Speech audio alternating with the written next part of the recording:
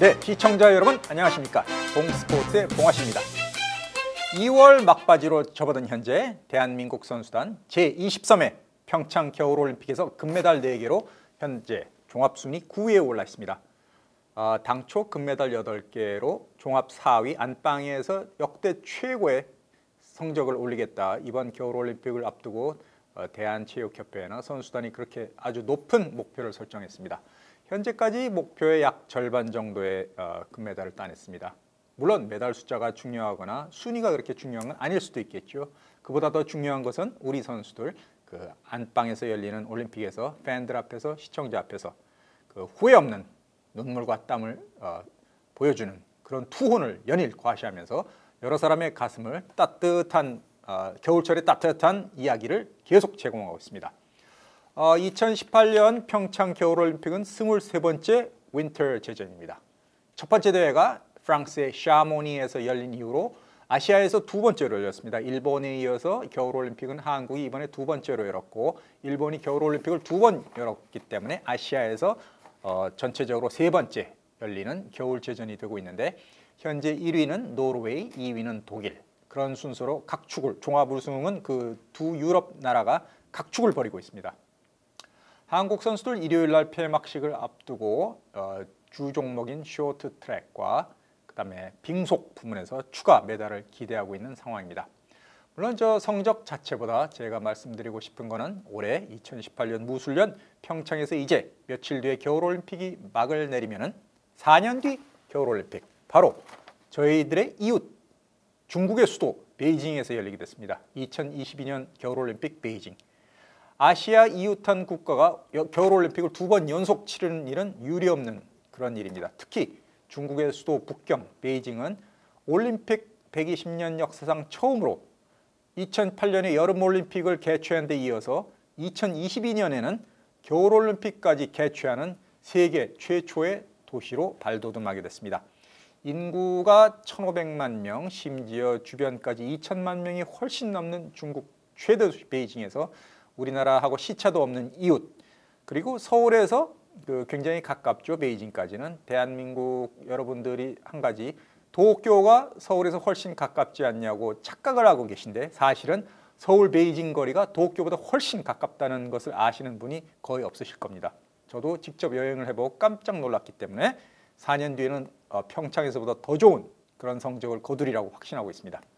자, 평창올림픽을 말씀드리면서 30년 전 서울에서 열렸던 그 여름올림픽 또다시 말씀 안 드릴 수가 없습니다. 원래 올림픽 투표는 7년 전인 81년 독일의 온천 도시인 바덴바덴에서 열렸습니다. 압도적으로 선두를 달리던 일본 라이벌 도시 나고야를 52대 27로 누르고 더블 스코어 차이로 누르고 대한민국의 수도 서울이 1988년 여름올림픽 개최지로 확정이 됐죠. 이것도 겨울올림픽과 마찬가지로 일본에 이어서 두 번째로 아시아에서 벌어진 여름제전이었습니다. 그때 원래 70년대 후반에 유신 체제 때 박정희 대통령이 우리나라에서 올림픽을 여는 게 어떻겠냐 하고 박종규 의원한테 제시를 한 적이 있었는데 11.6 사태로 흐지부지가 되다가 그 다음에 집권한 50의 전두환 대통령이 여러 가지 이유로 스포츠에 관심이 많았죠. 우리가 나고야와 경쟁을 하는 게 어떻겠냐. 그렇게 해서 계속 추진되게 됐습니다. 하지만 그때 남도구 부총리가 먹고 살기도 바쁜데 그 올림픽 막대한 적자와 돈이 들어가는 올림픽이 그렇게 중요한 거냐. 그 총리급 지도자조차 반대를 했습니다. 그렇지만 당시 정주영 현대 회장 등 그 다음에 여러 스포츠인들이 단합해가지고 막판에 역전극을 이루면서 결국 30년 전에 대한민국의 수도에서 여름올림픽이 개최되게 됐습니다. 대한민국은 금메달 12개로 당시 종합 4위 역대 최고 성적을 거두었고 30년 전 여름올림픽 개최 이후 대한민국의 국력은 스포츠뿐 아니라 경제적으로 굉장히 커져만 갔습니다. 97년 IMF 위기를 맞기 전까지는 말이죠.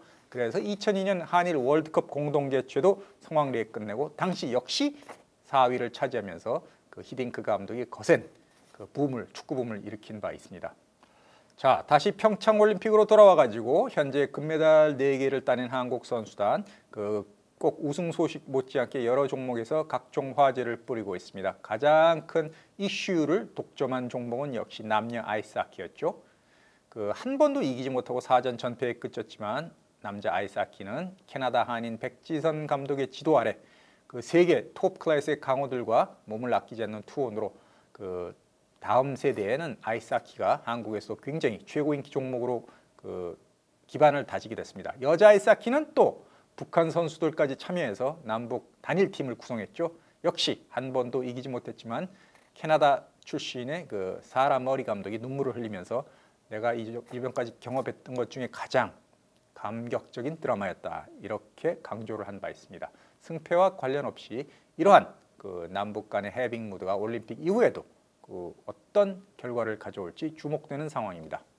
올림픽은 휴먼 스토리로 여겨지고 있습니다. 꼭 한인 선수들 얘기뿐만 아니라 이번에 스키 부문의 미국 대표 선수 린지 본, 골프 선수 타이거 우즈의 전 연인으로 잘 알려져 있죠. 그 다음에 평창올림픽 홍보대사도 역임하고 이번 평창 대회를 자신의 마지막 올림픽으로 삼고 그 여러 종목에 출전했지만 동메달 하나에 그쳤습니다.